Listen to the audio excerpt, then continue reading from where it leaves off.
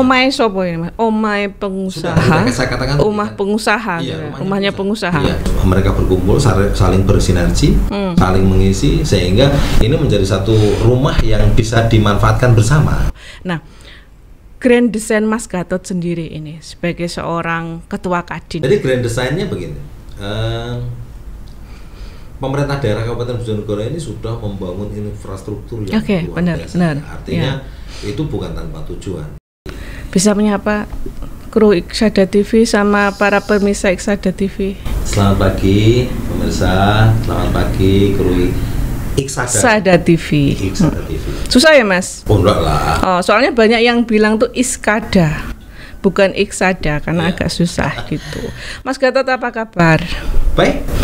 Baik sekali. Seperti yang Anda lihat hari ini saya baik. Masa sih Mas? Kelihatannya kok ada aura ketidakbaikan di situ. Enggak ya. Oke. Bajunya warnanya enggak ungu. Padahal masuk di kampus ungu. Gini. Ada warna itu juga bikin kita sesuatu yang bergairah. Ungu itu warna yang bergairah. Oh ya, menggairahkan sekali Mas, makanya saya pilih itu. Ya, cuman saya tidak. Hari ini kalau saya monoton, artinya saya juga masuk ke sini dengan warna yang sama monoton kan. Saya juga nanti nggak bisa mewarnai ya. Oke, baguslah gitu. Oke. Mas Gatot ini terpilih sebagai ketua Kadin 2021 Oh, 2020 2021 2021 masa jabatannya. Ini berarti masih masuk ke tahun pertama ya Mas ya. Mas gini, ketika kemarin saya tuh nguji ke anak-anak saya, mahasiswa maksudnya, ternyata mereka nggak kenal ya Mas Kadin itu apa gitu. Nah ini kan PR besar menurut saya kan, waduh ini kok mereka nggak ngerti ya Kadin itu apa gitu. Nah Mas Gatot, pertama sih saya ingin tahu kira-kira apa yang mau Mas Gatot lakukan ini untuk bisa memperkenalkan Kadin terutama kepada generasi milenial. Jadi begini, saya ingin mengatakan bahwa Kadin sudah berumur 53 tahun, artinya bukan umur yang pendek. 53 tahun. Jadi, 24 September ulang. Jadi artinya sudah matang lah, matang. Namun demikian, Kadin ini memang bagi beberapa kalangan mengasing. Jadi apalagi kampus ya mungkin kita harus, makanya kenapa hari ini ada Road to Kampus, ingin mengenalkan Kadin karena orang-orang kampus, mahasiswa-mahasiswa itu di kemudian hari mereka akan berkarya, sebagian menjadi pengusaha, dan sebagian menjadi teknisi, sebagian menjadi akademisi dan sebagainya. Tapi Kadin ingin hadir di semua keilmuan itu. Ya, tidak hanya pengusaha dalam ini. Jadi Kadin juga hadir di mereka yang ingin menjadi akademisi, yang menjadi teknisi, menjadi usaha kan itu. Ini berarti salah satu latar belakang kenapa kemudian Kadin memutuskan untuk ada kegiatan yang dinamai Kadin Bojonegoro Goes to Campus itu ya. Itu sebagai upaya untuk memperkenalkan. Nah, sekarang supaya mereka lebih kenal Mas itu. Kalau tadi kan usia sudah 53 tahun nih, kira-kira ya perkiraannya gitu. Kalau dihitung dari 20 September, tepatnya tahun berapa? 24 September 1968 itu. Kalau sekarang berarti sekitar 53 tahun ini. Tapi ternyata mahasiswa Bojonegoro belum tahu. Nah, kalau Mas Gatot mau menyampaikan secara simpel gitu kepada mahasiswa dengan bahasa yang milenial itu, Kadin itu apa tuh Mas? Kadin itu ya rumah gitu. Kadin itu rumah gitu ya. Rumahnya siapa? Rumah para semua orang yang berwirausaha atau mereka yang bergelut dalam bidang usaha. Jadi usaha itu bisa apa saja kan gitu. Jadi ada konsultan. Konsultan itu kan juga berwirausaha kan gitu. Ada konstruksi, para kontraktor, terus asosiasi-asosiasi profesi yang artinya seperti banyak lah ya seperti itu. Jadi kira-kira Kadin ini ketika kita kenalkan sama mereka, karena ini bentuknya rumah, itu sesuatu yang bisa kita gunakan bersama-sama rumah. Terus mereka ini apa ya, lebih tepatnya bahasanya omahe sopo ini Mas? Omahe pengusaha. Sudah, saya katakan rumah pengusaha, iya, rumahnya pengusaha. Iya. Jadi di sini ini pengusaha berkumpul, berkomunikasi. Jadi Anda punya usaha apa, saya punya usaha apa, terus mereka berkumpul saling bersinergi, saling mengisi, sehingga ini menjadi satu rumah yang bisa dimanfaatkan bersama. Oke. Rumah itu ada atap, ada lantai, ada tiangnya. Nah, kalau dari konstruksi sebuah organisasi, karena kalau kampus misalnya ya, saya ini sebagai rektor di sini, ketua di sini, yang meng-SK-kan adalah yayasan. Nah, kalau Kadin sendiri ini, siapa ini di pucuknya Mas Gatot itu sopo gitu? SK itu didapat dari mana? Kalau SK kita dapat dari Kadin Provinsi ya. Berarti strukturnya? Iya, kita langsung ke Kadin Provinsi. Di Kadin Provinsi ada Kadin Indonesia, Kadin Pusat. Oke. Jadi Kadin Indonesia itu ya induk sebenarnya begini ya, secara struktur memang yang paling berperan dalam perekonomian atau dunia usaha itu memang tidak seperti Kadin Pusat Indonesia, karena mereka lebih berinteraksi dengan kebijakan secara nasional.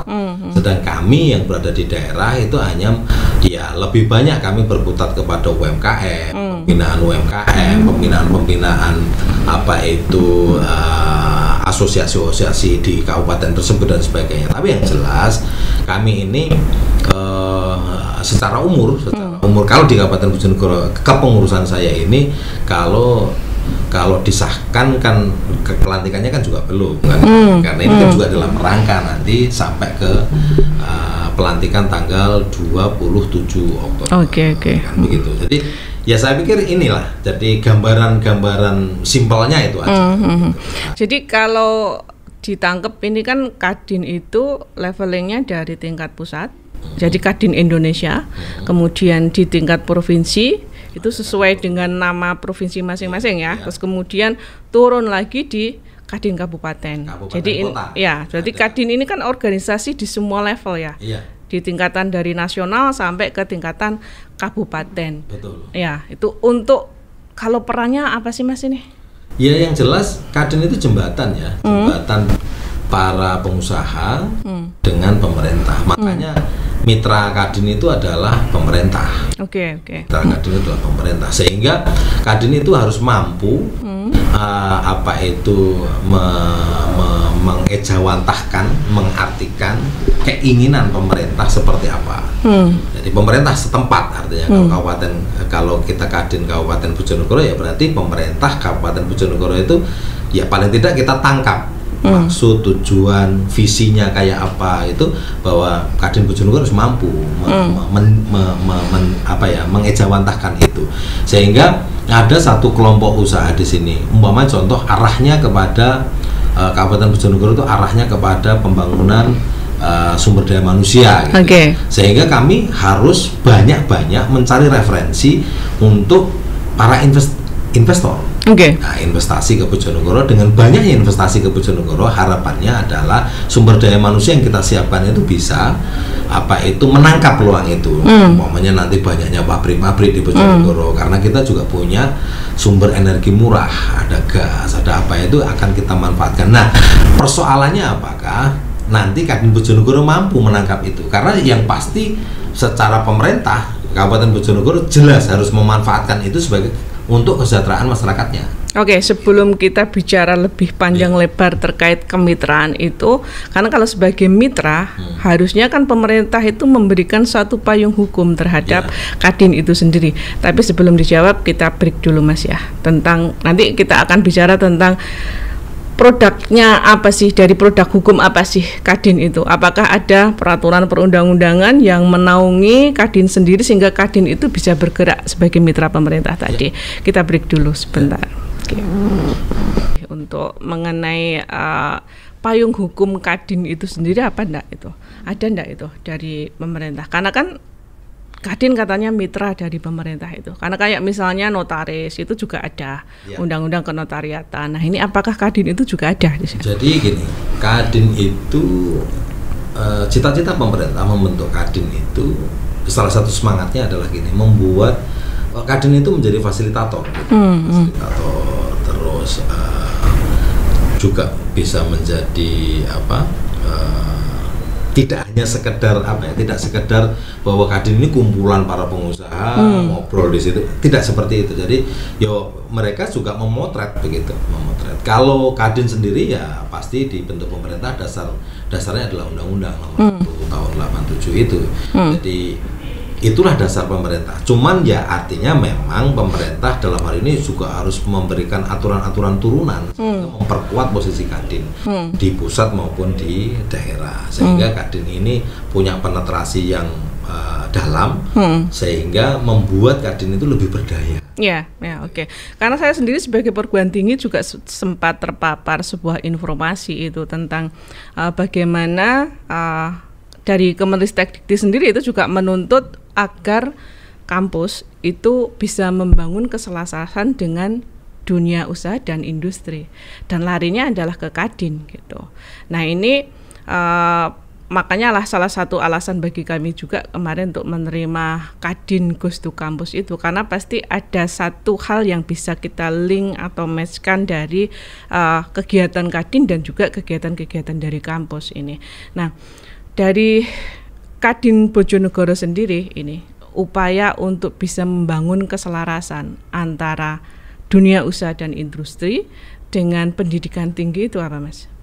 Jadi begini, kampus itu kan juga industri. Jadi kampus itu industri, mencetak, memproduksi. Dari kacamata Mas Gatot menganggap kampus juga industri ya? Industri. Oke. Jadi industri sumber daya manusia. Jadi industri sumber daya manusia yang dipersiapkan secara keilmuan, mereka pada akhirnya akan terjun di dunia usaha sesungguhnya kan, gitu.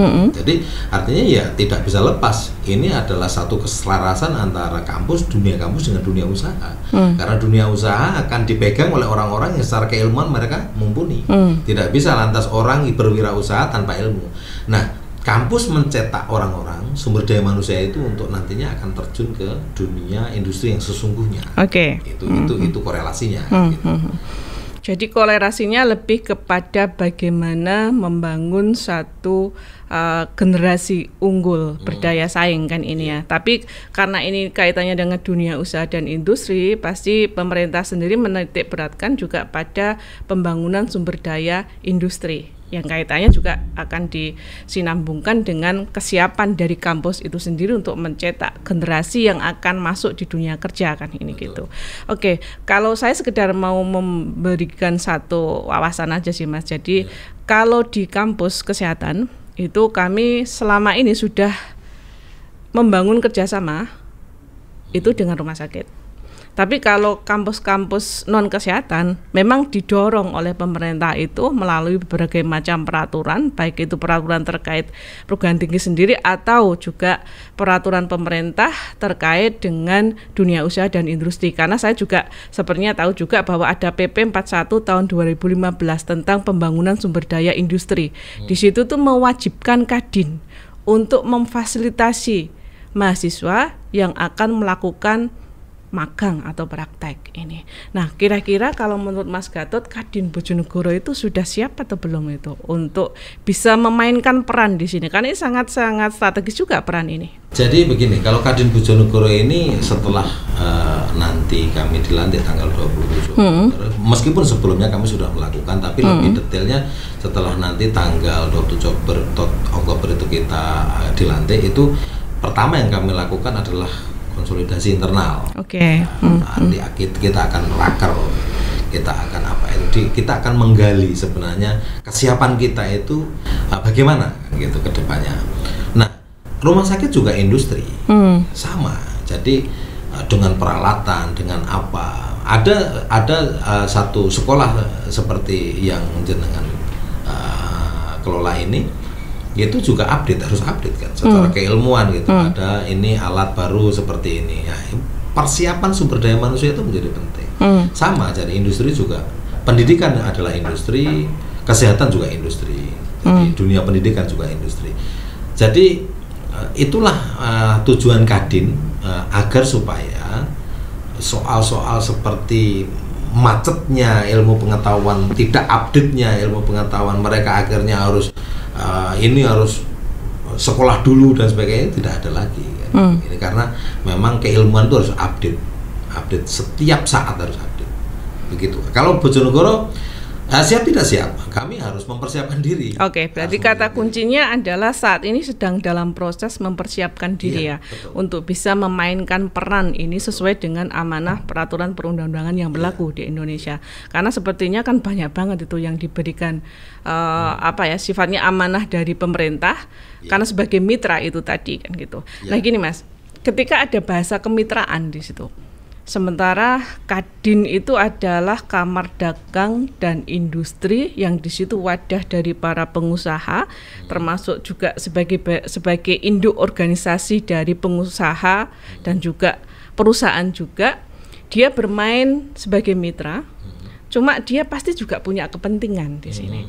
Nah, saya jadi mikirnya ada nggak sih batas-batas kemitraan itu yang kemudian terganggu? Karena Kadin punya kepentingan, pemerintah punya kepentingan. Kadin harus menyuarakan suara dari para pengusaha dan juga perusahaan yang ada dalam naungannya. Pemerintah memiliki kepentingan sendiri, contoh misalnya pajak Mas. Nah itu batas-batas kemitraan ini untuk terjaga. Kadin tetap kritis menyikapi kebijakan pemerintah, tetapi tetap sebagai mitra yang harus membangun harmonisasi kan ini untuk terciptanya ekonomi yang tangguh gitu. Itu gimana Mas kalau Mas Gatot menyikapinya? Sama seperti tadi, saya hanya lebih detail aja kan begitu. Pemerintah daerah dan Kadin tidak selamanya satu suara.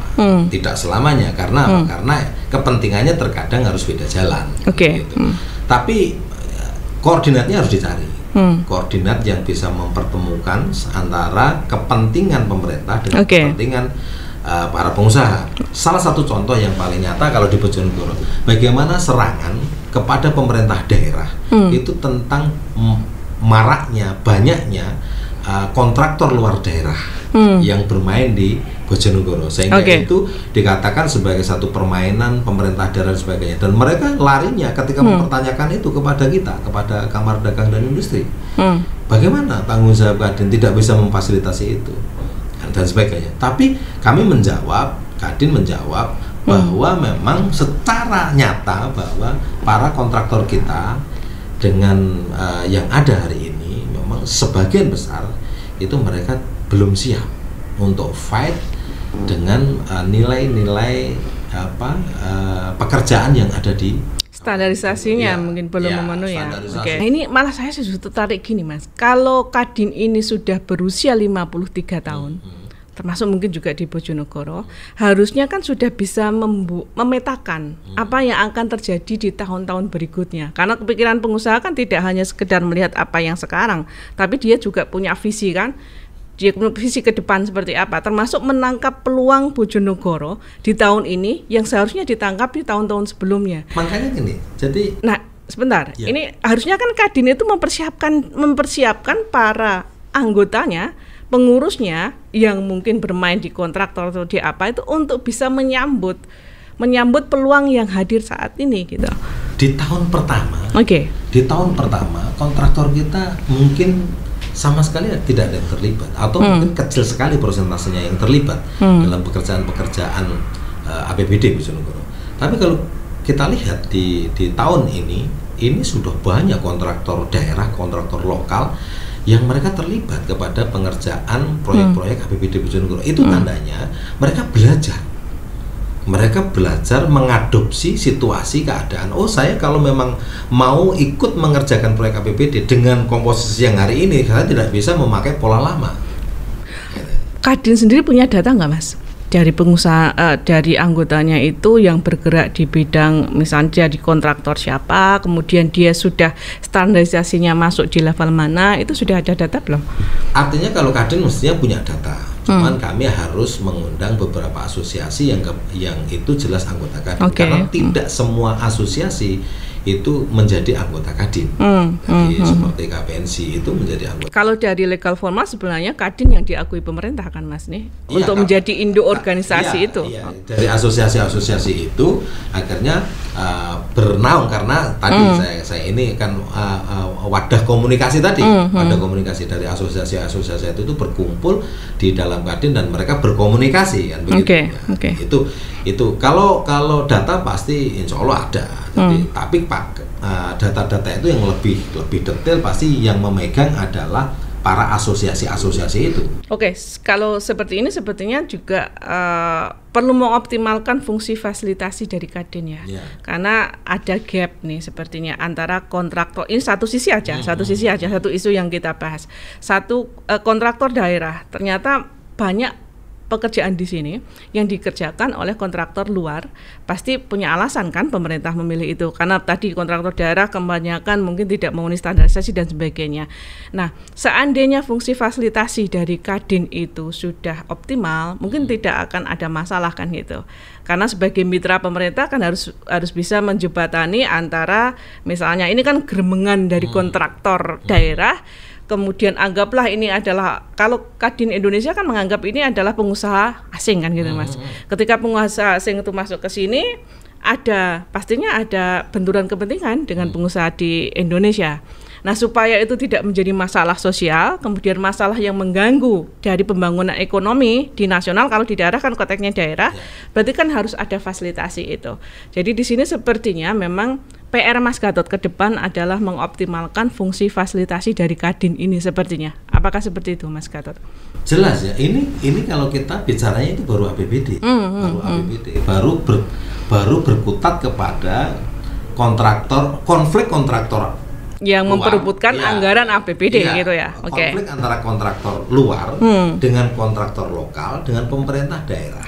Itu baru konflik itu. Lah, Kadin harus hadir gitu. Makanya kan kita memberikan advokasi juga, saya bilang.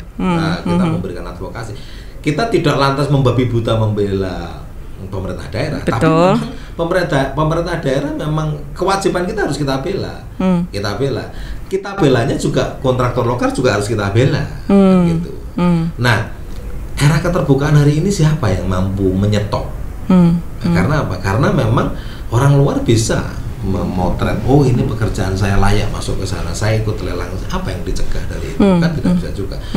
Jika kita memang mempersiapkan diri kita, kontraktor lokal mempersiapkan dirinya dengan sungguh-sungguh, artinya secara administrasi, secara skill dan sebagainya mereka bisa. Saya pikir enggak ada istilah mereka akan kalah dengan, karena mereka tuan rumah, Saya pikir itu belum lagi sinergi tentang dunia yang lebih luas, tidak hanya kontraktor APBD, kita kontraktor yang di bidang migas. Bojonegoro itu juga rawan konflik ya? Oh ya pasti rawan konflik. Artinya di beberapa waktu lalu banyak terjadi konflik kontraktor lokal dengan kontraktor pendatang dan mereka merasa. Tapi saya ngelihatnya kok peran Kadin belum ada ya Mas? Ya itu mungkin saya tidak bermaksud apa-apa ya. Kadin tetap bagaimana ya, Kadin di setiap era pasti mempunyai satu touch yang berbeda kan begitu ya. Sentuhannya mungkin penetrasi atau yang lebih fokus touch-nya mana kan gitu. Mungkin pada waktu itu tidak cukup konsentrasi. Kalau karena memang baru ya Mas Gatot ya, karena lah kita nggak perlu membicarakan masa lalu. Nah, sekarang kita membicarakan masa kini dan yang akan datang.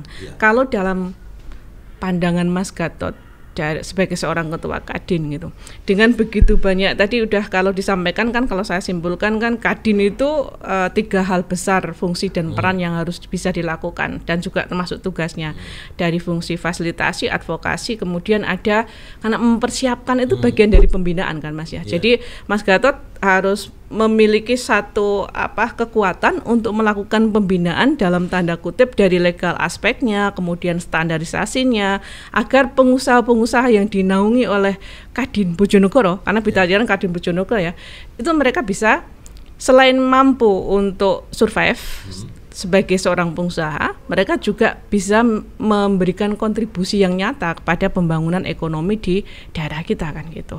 Nah, grand design Mas Gatot sendiri ini sebagai seorang ketua Kadin itu untuk bisa membawa Kadin dengan 3 fungsi besarnya ini dan juga melihat potensi lokal dari Bojonegoro itu apa Mas? Kalau misalnya kan gini, kalau bahasa Avatar itu kan ada kekuatan udara, ya kan, api, kemudian air dan kemudian tanah.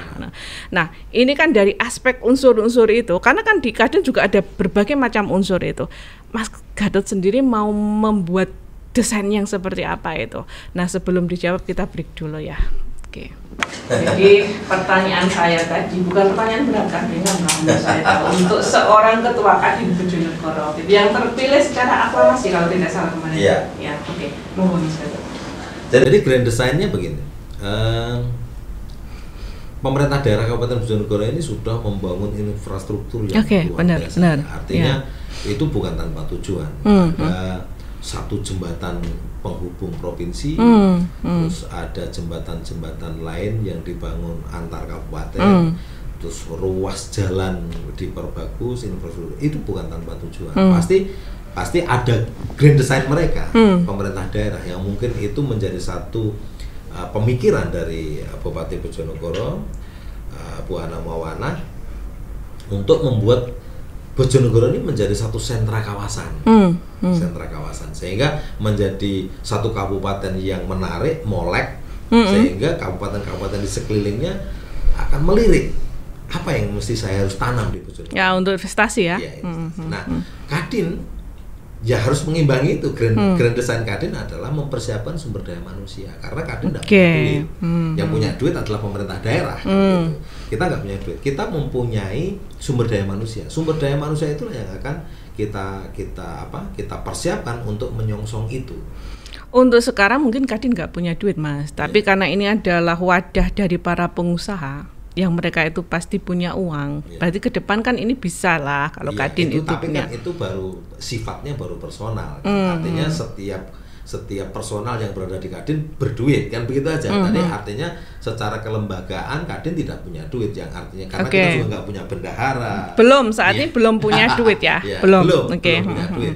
Oke, menarik itu. Kalau yang disiapkan adalah SDM unggul, karena namanya saya juga pendidik ketika itu berbicara tentang sumber daya manusia sebagai sebuah target utama dari sebuah grand design-nya Mas Gatot gitu. Nah, untuk bisa membangun SDM ini, langkah-langkah kecil apa yang Mas Gatot mau lakukan gitu?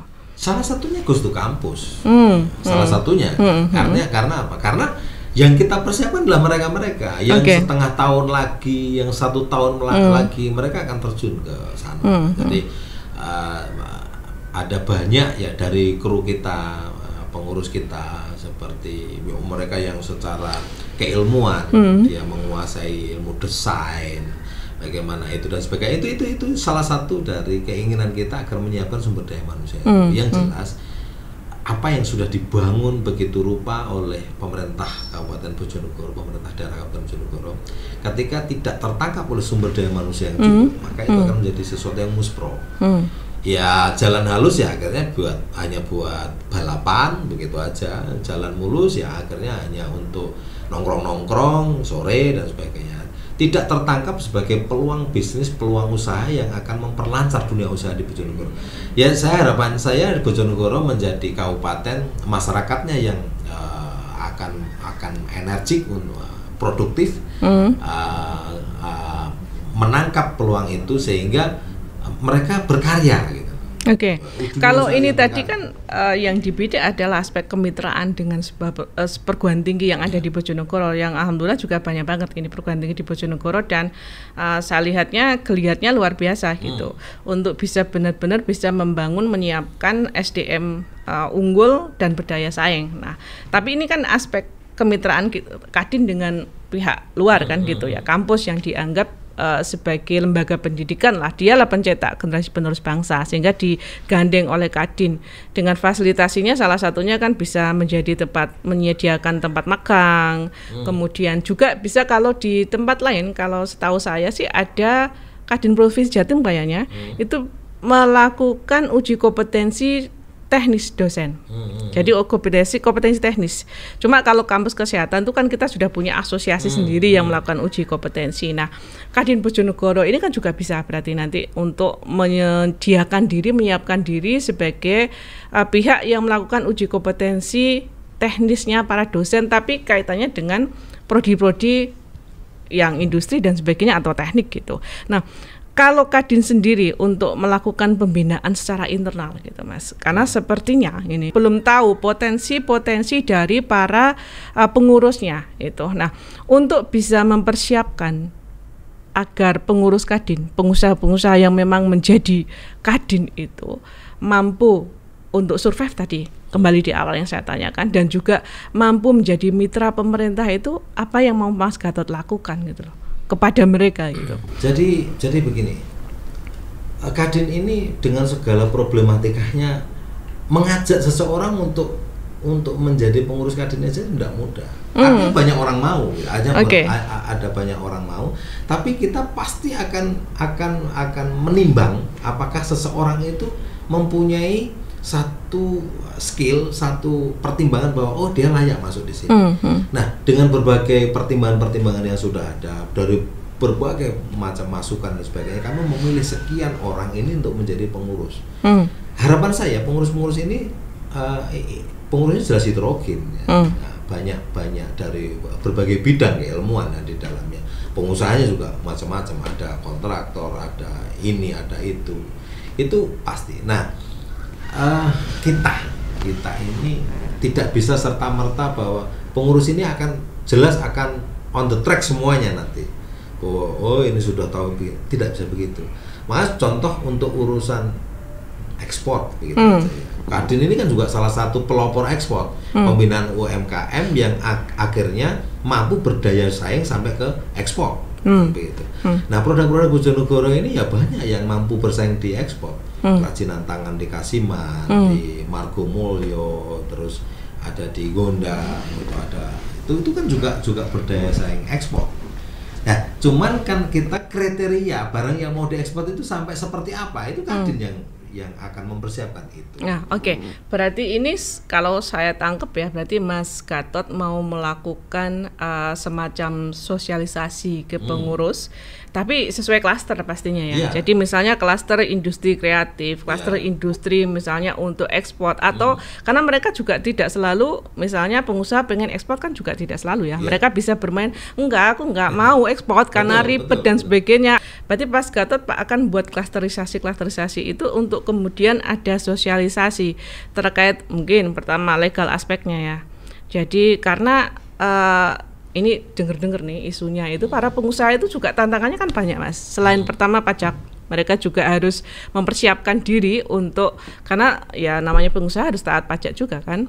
Cuma tahu sendiri kan pajak itu kadang juga menjadi sebuah beban yang berat bagi perusahaan atau pengusaha yang baru istilahnya tuh tumbuh kan gitu. Terus kemudian ada ancaman-ancaman dari pihak-pihak lain gitu. Nah, Mas Gatot sendiri mau melakukan apa ini untuk mereka agar mereka itu bisa benar-benar menjadi seorang pengusaha yang nyaman untuk berusaha di Bojonegoro, tidak lari ke daerah lain. Hidup di sini tapi mereka menciptakan perusahaan di daerah lain karena merasa bahwa wah Bojonegoro nggak kondusif. Sidik-sidik nanti dipanggil sama pihak-pihak lain untuk dimintai ini dan itu gitu tuh. Kira-kira apa yang mau dilakukan, Mas? Jadi begini, di dalam anggota atau pengurus Kadin itu di dalamnya juga ada orang yang secara keilmuan juga menguasai sebagai konsultan pajak.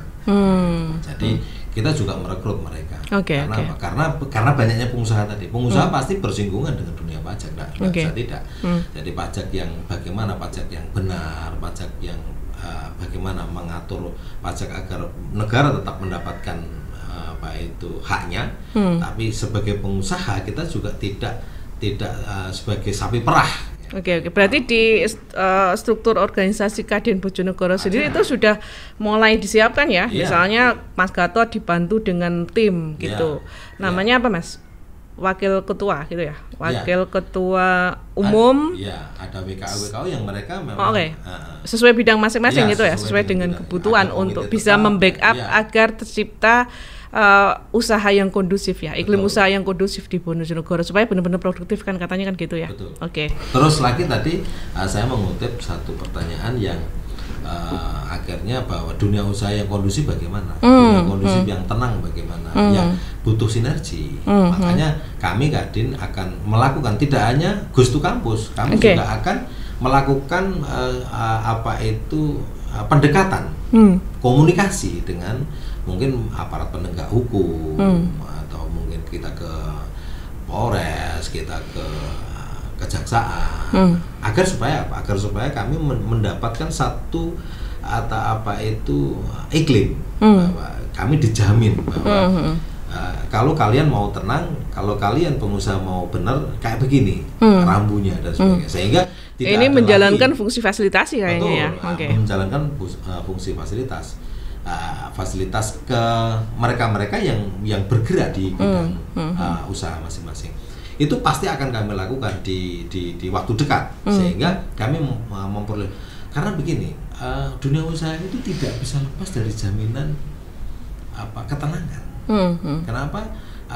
Di negara ASEAN pada dasarnya semua hal itu memang butuh ketenangan, Mas. Iya. Jadi saya bikin sesuatu aja butuh tenang. Bikin anak butuh tenang nggak? Ya, butuh tenang juga kan. Pastilah. Apalagi ini bikin sebuah usaha kan, itu butuh ketenangan. Nah, kalau itu tadi kan bangunan mencoba memfasilitasi membangun komunikasi dengan pihak-pihak terkait yang sifatnya itu mereka adalah di birokrasi kan gitu ya. Betul. Entah itu pihak manapun kan. Kita nggak menyebutkan itu nanti supaya tidak ada ketersinggungan ya, Mas ya. Nah, kalau di aspek pemerintah ini sudah fasilitasi, di usaha itu tantangan lainnya adalah bagaimana kondusivitas itu tidak hanya sekedar legal aspek hukumnya, terus kemudian bagaimana jaminan keamanannya juga dari pihak terkait itu, tetapi juga masyarakat ini. Nah, apakah Kadin juga sudah memotret masalah yang bisa timbul ketika investor? Karena harapannya kan ada investor ini. Selain kita sendiri bertumbuh bersama, juga ada investor asing yang bisa masuk ke sini, entah itu dari daerah lain atau juga dari luar negeri kan boleh open kan di Bojonegoro. Nah, bagaimana mempersiapkan ini, Mas? Kalau di konteksnya tidak di birokrasi lah, kita bicara tidak di pemerintah dulu, tapi masyarakatnya gitu. Kalau Mas Gatot melihatnya potensi masalah yang timbul dari masyarakat Bojonegoro ketika Bojonegoro itu mau menjadi sebuah kota yang mungkin nanti bukan hanya kota pendidikan tetapi juga kota industri, karena dengan disiapkan infrastruktur yang luar biasa itu untuk membuka diri kan sepertinya ya, akses sana, titik barat, titik utara, selatan, timur dan semuanya kan sudah dibuka agar mereka mau ke sini gitu. Masyarakat sudah siap belum, Mas? Kalau misalnya sudah, kira-kira itu potensi masalah yang akan muncul apa? Saya kira tidak sudah ya, belum. Oh, belum ya. Nah, salah satu contohnya beberapa waktu lalu ada ditulis di beberapa media, ada demo di Banjarsari, adanya Beceng Plan Baru, itu bentuk dari kurang kesiapannya masyarakat untuk menerima industrialisasi. Sehingga itu menjadi tanggung jawab bersama agar kita melakukan sosialisasi. Tanpa itu ada industri di situ, kita tidak mungkin bisa membangun. Itu adanya industri di situ itu untuk apa? Ya untuk pembangunan Bojonegoro. Masyarakat itu menolak, itu kenapa, Mas? Karena saya tipe orang, karena saya juga aktivis ya. Jadi saya lebih punya kecenderungan itu, jangan salahkan masyarakat dulu. Enggak, saya tidak menyalahkan. Saya tidak menyalahkan masyarakat, saya tidak berpihak kepada pengusaha. Dubai saya Kadin. Terus akhirnya berpihak kepada pengusaha. Tidak. Saya hanya berpikir bahwa begini, masyarakat juga harus memahami bahwa industrialisasi itu tidak bisa serta-merta ditolak. Mereka juga harus memahami bahwa industri ini untuk apa? Apakah hanya ya nggak urus saya pokoknya mendirikan di sini dan sebagainya tanpa aspek legalitas, nggak ada izinnya dan sebagainya. Tentu mereka sebelum mendirikan industri itu mereka juga memikirkan bagaimana legalitasnya. AMDAL-nya pastinya juga sudah dibikin ya. Itu kan pasti akan terpikirkan. Jangan sampai gini. Jangan sampai mereka sudah capek-capek berinvestasi di Bojonegoro untuk membangun Bojonegoro, terus lantas masyarakatnya menolak itu tanpa juga dengan alasan yang jelas, kan begitu. Sehingga itu butuh satu komunikasi. Nah, komunikasi menjadi penting. Komunikasi salah satu fungsi Kadin adalah menjembatani komunikasi tersebut. Masyarakat juga boleh, meskipun masyarakat biasa, bukan pengusaha, juga kita buka wacana untuk berkomunikasi. Mereka mengadu kepada Kadin. Kadin, itu kok begini kan begitu. Bagaimana caranya begini? Kita fasilitasi sama-sama. Ini menarik sekali. Cuma ya itu tadi, kita kan harus memahami pengusaha, memahami Kadin, memahami pemerintah juga. Tapi satu sisi kita juga nggak boleh lupa terkait aspek ekologinya. Nah sebelum bicara ke situ kita break dulu aja Mas ya.